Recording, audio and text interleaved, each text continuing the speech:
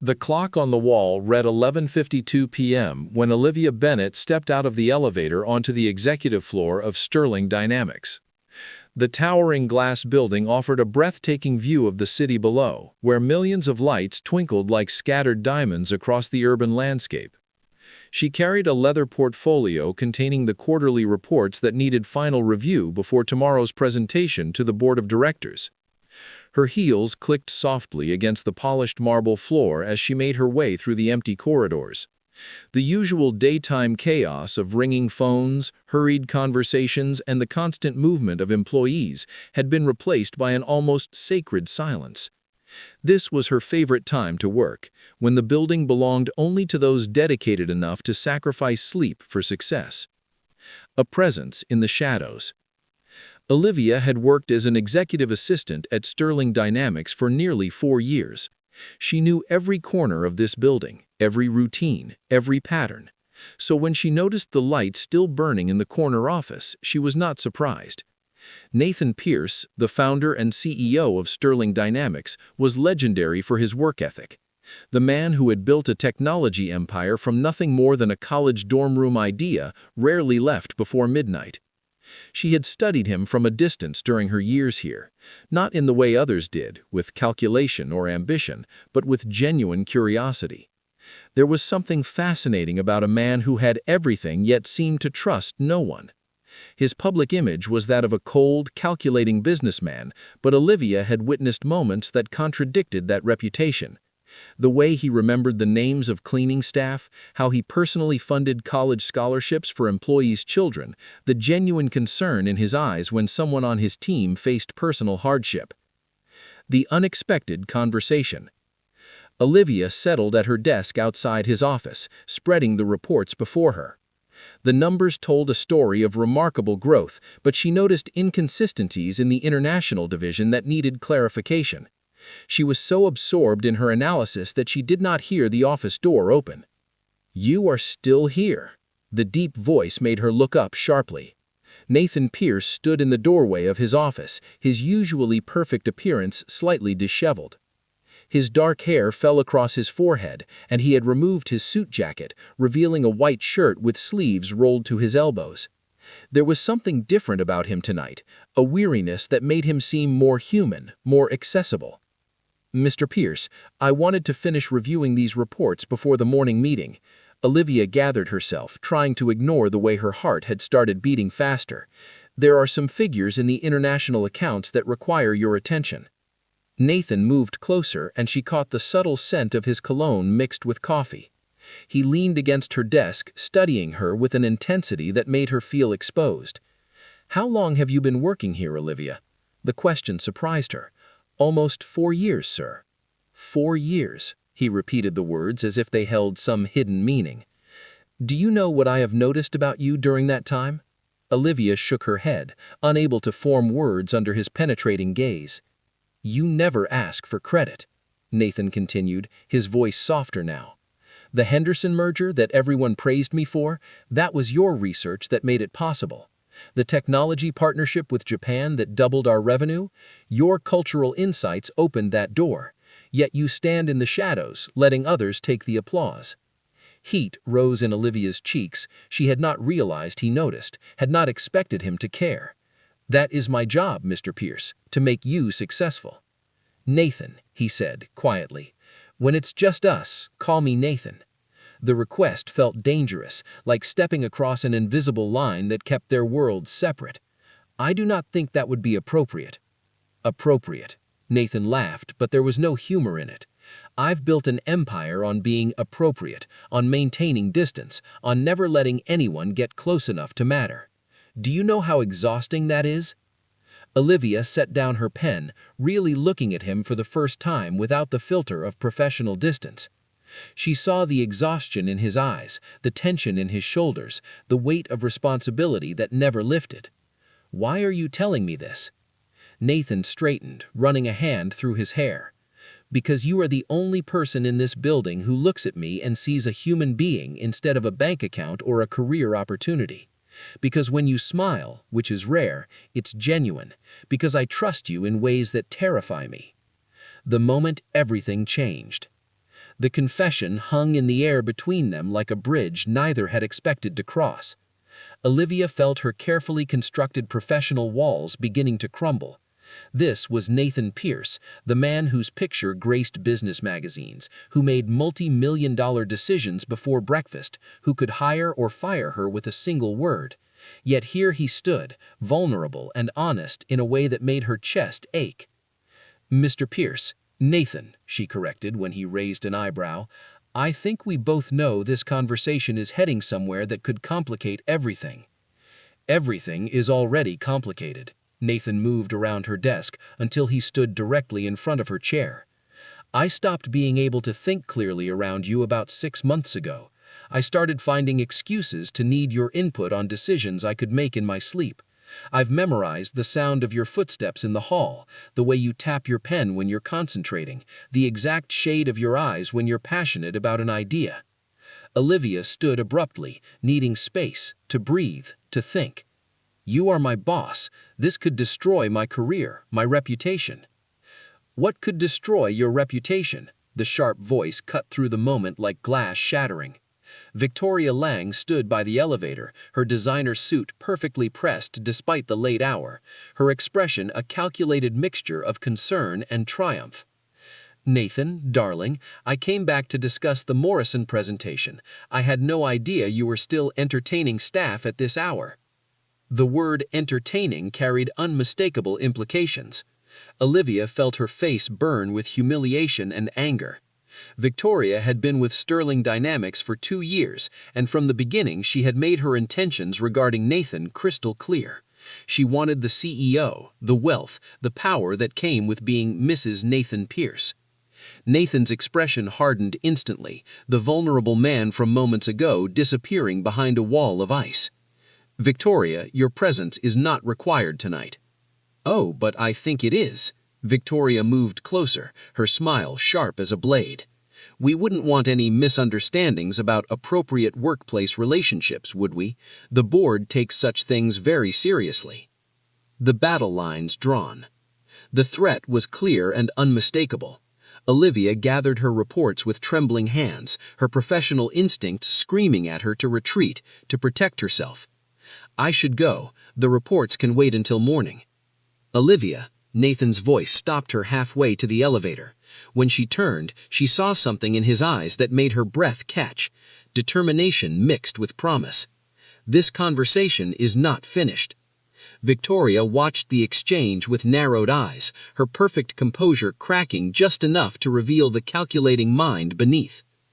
"Nathan, surely you realize the complications such an association could create. Think of the company, think of your reputation." "I'm thinking quite clearly," Nathan replied, his tone leaving no room for argument. "And I suggest you do the same before making any decisions you might regret." The elevator doors closed on Olivia's racing thoughts, carrying her down and away from the office where her life had just become infinitely more complicated. Behind her, she left 2 people locked in a silent battle, but only one of them fought for the right reasons. The city stretched below, indifferent to human drama, while somewhere high above, a war had begun over something more valuable than money or power. It was a war for the heart of a man who had forgotten how to feel, waged by a woman who had forgotten to give up, and complicated by another who had never learned the difference between love and possession. The sunrise over the city did nothing to ease the knot of anxiety in Olivia's stomach. She had barely slept, her mind replaying the events of the previous night on an endless loop. Nathan's confession, Victoria's calculated interruption, the promise in his eyes as the elevator doors closed. Everything felt different now, charged with a tension that made her hands shake as she prepared for work. She arrived at Sterling Dynamics at 7 in the morning, hoping to lose herself in preparation before the building filled with people. The quarterly reports still needed final review, and focusing on numbers felt safer than thinking about gray eyes that saw too much. But when the elevator doors opened on the executive floor, she found she was not alone. Robert Chen, the chief financial officer and Nathan's closest confidant, stood by the coffee machine with 2 cups already prepared.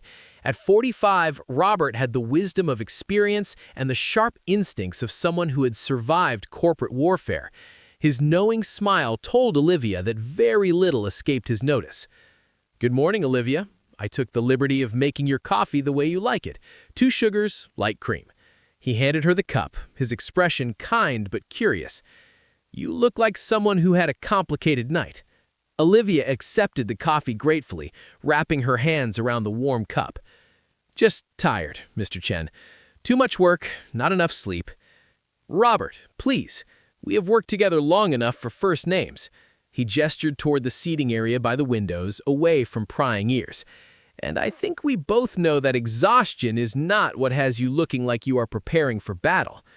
She hesitated, then followed him to the leather chairs overlooking the city. Robert had always been kind to her, treating her with respect when others saw only an assistant. If anyone understood the dynamics at Sterling Dynamics, it was him. "Victoria paid me a visit this morning," Robert said quietly, confirming her worst fears. "She had quite an interesting story about finding you and Nathan alone last night, engaged in what she described as an inappropriately intimate conversation." The coffee turned bitter in Olivia's mouth. "She is twisting what happened. We were discussing work." "I believe you." Robert leaned forward, his expression serious. "But Victoria is dangerous when she feels threatened. She has been positioning herself as Nathan's future wife for 2 years, attending every social function, making connections with the board members, carefully building an image of herself as the perfect partner for a man of his status." "Then she has nothing to worry about from me." Olivia set down her cup, her voice tight with frustration. "I am just his assistant, nothing more." Robert studied her face for a long moment. "Olivia, I have known Nathan since he was 23 years old, building his first company in a garage with nothing but determination and borrowed money. I have watched him become one of the most successful men in the country, and I have also watched him build walls so high that nobody could reach the person inside. Until recently." "What changed?" The question escaped before she could stop it. "You did." Robert smiled gently. "For the past 6 months, I have watched him become someone I barely recognize. He laughs at jokes, he asks about people's families. He stays late not because he's avoiding going home, but because you are still here. Yesterday, he spent 20 minutes trying to decide which flowers to send to your desk before chickening out and sending them to the entire floor instead." Olivia remembered the beautiful arrangement that had appeared on her desk the previous afternoon, accompanied by a card thanking the staff for their hard work. She had assumed it was a generic gesture, never imagining the truth behind it. "That does not change the reality of our positions," she said softly. "He is Nathan Pierce. I am nobody. You are the woman who makes him want to be more than just a successful businessman." Robert stood, preparing to leave. "But I need you to understand something, Olivia. Victoria will not give up without a fight. She has too much invested in becoming Mrs. Pierce, and she has connections on the board that Nathan does not fully appreciate yet." The presentation. The morning meeting arrived with the weight of expectation. The boardroom filled with executives, all eager to hear Nathan's quarterly presentation and discuss the company's future direction. Olivia took her usual seat in the corner, tablet ready, prepared to take notes and provide any information Nathan might need during questions. Victoria arrived precisely on time, dressed in a deep burgundy suit that commanded attention. She took the seat directly to Nathan's right, a position that spoke volumes about how she saw herself in relation to the CEO. Her smile was warm when she greeted the other board members, but when her eyes met Olivia's, the warmth vanished like frost under sunlight. Nathan entered last, commanding immediate attention without saying a word. He was once again the polished businessman, his armor firmly in place, but when his gaze found Olivia across the room, something flickered in his expression. Recognition, promise, something that made her heart beat faster despite all her efforts to remain professional. The presentation proceeded smoothly. Nathan outlined growth strategies, discussed market challenges, and answered questions with the confidence of someone who knew his business inside and out. Then Victoria raised her hand. "Nathan, I have been reviewing our personnel policies, particularly regarding relationships between executives and their subordinates." she said in a voice that was honey over steel. "I think we need to strengthen our guidelines to protect the company from potential liability and inappropriate entanglements. Several other major corporations have recently implemented stricter measures." The room went silent. Every eye turned to Nathan, then flickered toward Olivia. The implication was clear to everyone present. Victoria was not discussing abstract policy. She was drawing a line in the sand. Nathan set down his presentation remote with careful precision. "Victoria, our current policies are comprehensive and appropriate. Unless you have specific concerns beyond hypothetical situations, I suggest we table this discussion for a more suitable time." "I have very specific concerns." Victoria opened her tablet, her expression one of professional concern. "Last night, for instance, I discovered employees working alone together well past midnight in circumstances that some might consider questionable. While I am certain nothing improper occurred, we must consider how such situations might appear to others." Olivia felt heat flood her face. Around the table, board members shifted uncomfortably. Some looked curious, others concerned. This was Victoria's masterstroke, attacking not directly but through implication and innuendo. "If you are referring to the fact that Miss Bennett and I were both working late on this presentation," Nathan's voice cut through the tension like a blade, "then I fail to see the issue. She is one of the most dedicated members of this team, and her insights were invaluable in preparing today's materials." "Of course," Victoria smiled, but her eyes remained cold. "I am merely suggesting that appearances matter in our industry. We would not want valuable employees like Miss Bennett to find themselves the subject of ugly rumors simply because proper boundaries were not maintained." Olivia stood abruptly, her tablet clutched in trembling hands. Every instinct screamed at her to run, to escape the scrutiny of these powerful people who saw her nothing more than a problem to be solved. "Excuse me, I need to retrieve additional documentation." She fled the boardroom with as much dignity as she could muster, but the tears were already burning behind her eyes. In the empty hallway, she leaned against the cool glass window, trying to steady her breathing. This was exactly what she had feared. Victoria had turned their private moment into a public scandal without ever making a direct accusation. The boardroom door opened behind her. She expected Robert, perhaps, or one of the junior executives. Instead, Nathan's reflection appeared in the glass beside her own. "You should go back inside," she said without turning around. "The board is waiting." "They can wait." Nathan moved to stand beside her, close enough that she could feel the warmth of his presence. "Olivia, I'm sorry. I should have anticipated Victoria's move." "You can't protect me from the truth." Olivia finally turned to face him, and the raw emotion in his eyes nearly broke her composure completely. "She is right about appearances. She is right that this complicates everything. She is right that I am just an assistant and you are Nathan Pierce, and people will talk." Nathan reached out slowly, giving her time to pull away, and gently took her hand. The simple touch sent electricity through her entire body. "Do you know what I realized last night after you left? I have spent 15 years building an empire, proving myself to everyone who said I would fail, becoming exactly what the world expected of a successful man. But I have never once asked myself what I actually want." "Nathan," her name was a plea, a warning, a question, all at once. "I want you." The words fell between them like stones into still water, creating ripples that would change everything. "I want late-night conversations that have nothing to do with business. I want to know what makes you laugh, what dreams you gave up to help me chase mine, what you see when you look at the future. I want to stop pretending that you are just my assistant when you have become the reason I look forward to coming to work." Tears spilled down Olivia's cheeks before she could stop them. "You don't understand what you are asking. Victoria has connections, influence. She can destroy my career, my reputation. People will say I slept my way to whatever position I hold. They will reduce everything I have worked for to nothing more than being your latest conquest. Then we fight." Nathan's grip on her hand tightened. "Together, because I am tired of living by other people's rules, by their expectations. I built this company from nothing. I can certainly protect the woman I love from office politics." The word love hung in the air between them like a bridge made of light. Olivia walked through the city streets for hours, her mind a battlefield of conflicting emotions. The autumn air carried a chill that matched the cold fear settling in her chest. She passed coffee shops filled with people living ordinary lives, unaware that somewhere high above in a glass tower, her entire world was being decided by forces beyond her control. Her phone buzzed repeatedly with messages from colleagues, cryptic texts asking if she was all right, if the rumors were true, if she really thought she could have a future with Nathan Pierce. The gossip had spread through Sterling Dynamics like wildfire, fed by Victoria's careful implications and the hungry curiosity of people who thrived on scandal.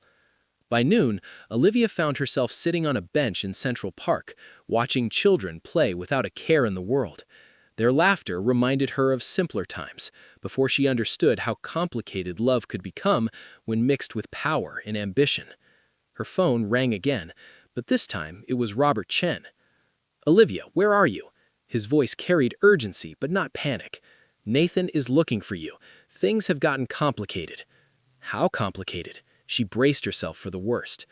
Victoria called an emergency board meeting. She is pushing for new relationship policies that would essentially force you to choose between your position and any personal connection to Nathan. She has half the board convinced this is about protecting the company from liability. The choice made. Olivia closed her eyes, feeling the weight of the decision pressing down on her shoulders. This was the moment she had feared, the ultimatum she knew was coming.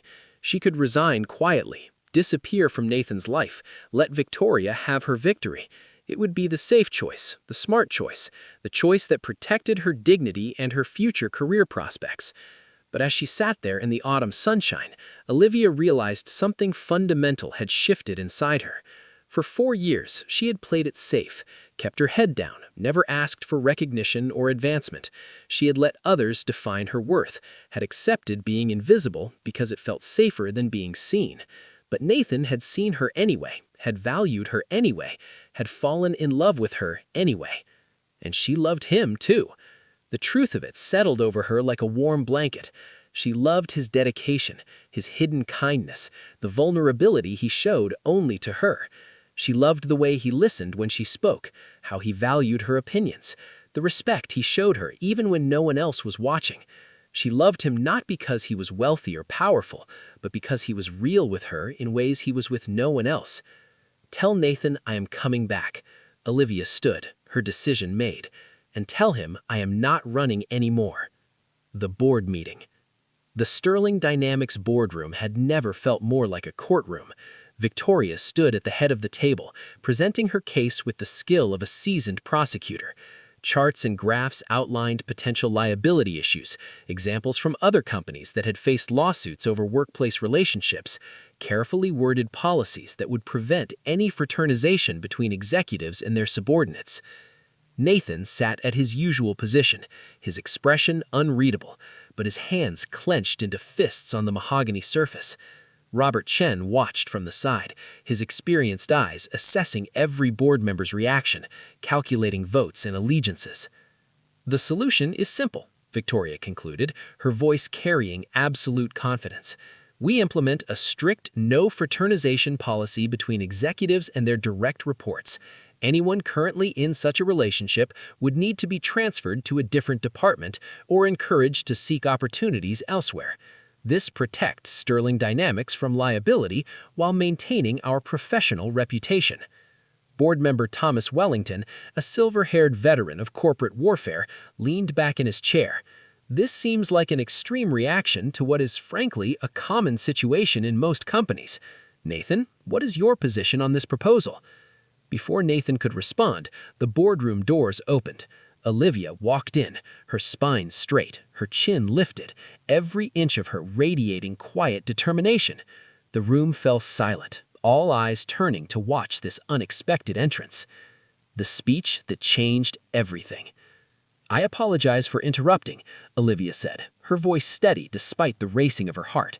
"But I believe I have the right to speak before this board makes decisions that directly affect my future." Victoria's composure cracked quickly. "Miss Bennett, this is a closed board meeting. Your presence is not appropriate." Neither is discussing my personal life without giving me a chance to defend myself. Olivia met Victoria's gaze without flinching. You have spent this meeting painting me as a liability, a problem to be solved. So I am here to tell you exactly who I am and what I have contributed to this company. Nathan started to stand, but Robert Chen placed a hand on his arm, a silent message to let Olivia speak. This was her battle to fight. Olivia pulled out her tablet, displaying documents on the large screen behind her.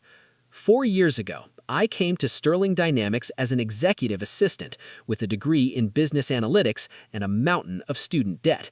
I took this position because I needed the job, but I stayed because I believed in what this company could become.